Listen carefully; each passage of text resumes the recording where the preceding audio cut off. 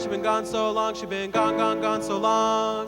Gone, gone, gone, she been gone so long, she been gone, gone, gone so long. Gone, gone, gone, she been gone so long.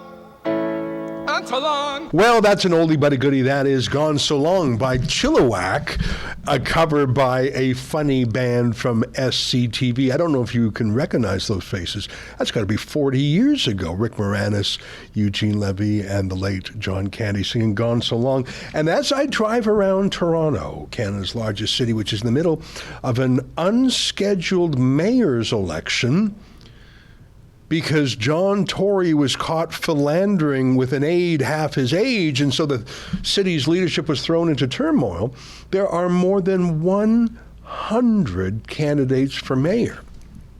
How do you even know who's who and who to vote for? Well, Mr. Gong Xiaohua is his Chinese name. He goes by Edward Gong, has signs everywhere. Now, polls suggest that another Chinese Canadian, Olivia Chow, is set to win. She is a double-digit lead over her next competitor. And again, when you have over 100 candidates, really it's divided up into small segments. But there is no doubt that everyone in this city knows that Edward Gong is running. There must be 100,000 signs up. Expensive ads, huge billboards. So the question has to be asked, who is Edward Gong? Where does he get his money from? And are there any interesting political connections? Well, joining us now to talk about this is our Chinese affairs correspondent, our friend Andy Lee, who has written a new article for Rebel News. The headline is, "In a heated mayoral race, one Chinese candidate with mysterious background and ties to Justin Trudeau is being overlooked." Andy, great to see you. Another very well-researched article. What a delight to have you on our website. Andy, who is Edward Gong? That's a loaded question. He's fascinating as a character. So Edward Gong is a Chinese Canadian. He immigrated here in 2002. He set up two media stations. One's called CNTV, that's Canada National Television, and then there's another network called the Canadian National Chinese Television Network.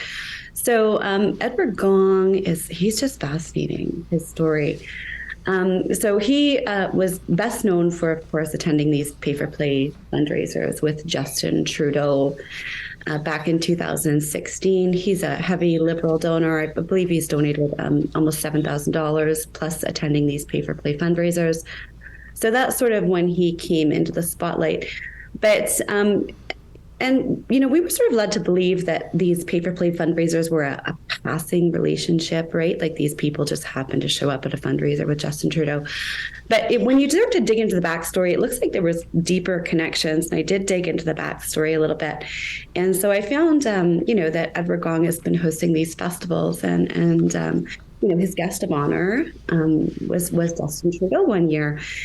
And he's also got, a website, and Justin Trudeau is featured prominently on it, and also has connections to, or has plugged at least, Gang Tan. So Edward ran afoul of law agencies shortly after, these meetings with Liberal MPs and Justin Trudeau, and he ended up being charged with some very serious allegations, fraud, money laundering, etc.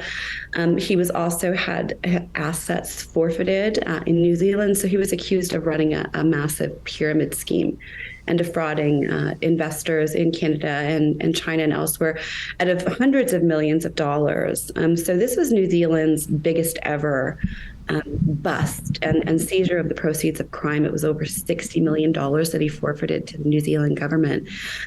But the story doesn't end there, because for whatever reason, Gang Tan, and we know that Gang Tan has been, tied to Chinese diplomats and things like that.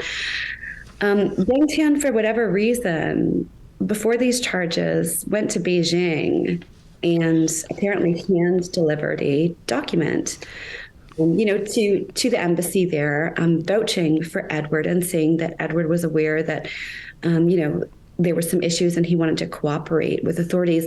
Well, that letter ended up getting forwarded to the RCMP, but there's really no good explanation as to why Gang Tan was acting as his intermediary. Right. What he was now, Gang Tan, that's a Liberal MP, right?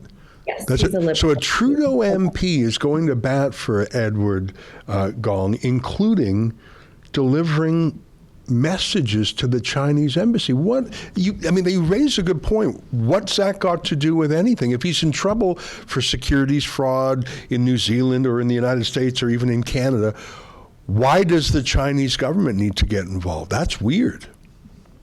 Well, like I said, we have an embassy in Ottawa, and the letter ended up being forwarded to the RCMP. So, and it's very, very murky as to why Gang was involved at all. But it does speak to the fact that obviously, these politicians had deeper ties to this controversial mayoral candidate than they let on, and they have attended other events.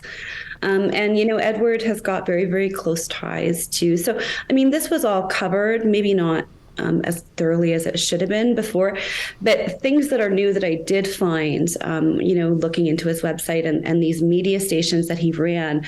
He featured Justin Trudeau and did the Liberal plugs and things like that at his galas, and sort of showcased these candidates in the Liberal Party of Canada. But this was done in direct collaboration with Chinese officials. So his media station was actually, visited by sort of the Chinese equivalent, we can say, of the CRTC. So he did visit his media station, inspected it, endorsed it, if you will. This media station was set up in direct collaboration with the Chinese government. So, these are the kind of activities that you have to say, geez, is this really on board? We've got Chinese state government officials, and that's not the only ministry that was involved. There were many ministries. The Ministry of Culture used to run these spring galas, these overseas spring galas. It's now a dissolved institution. But so there was 13 different ministries involved, in these events, where Liberal candidates were showcased and broadcast, to people who largely consume Chinese language media. That was an excerpt from the Ezra Levant show. I'm Ezra Levant. Every weekday, I do a monologue about the topic of the day. Then I interview a fascinating guest, either in studio or via Skype. And then I read your mail, whether it's fan mail or hate mail, which is sometimes even more interesting. This is on our premium service, though, called Rebel News Plus. Go to rebelnewsplus.com. It's $8 a month or less if you buy a whole year in advance. You get my show every weeknight, plus Sheila Gunn Reid's show every week. It's called The Gun Show. It's pretty amazing. We rely on you because we do not take a dime from the government. In Canada, that makes us almost unique. So please help us out and help yourself to some great journalism at rebelnewsplus.com.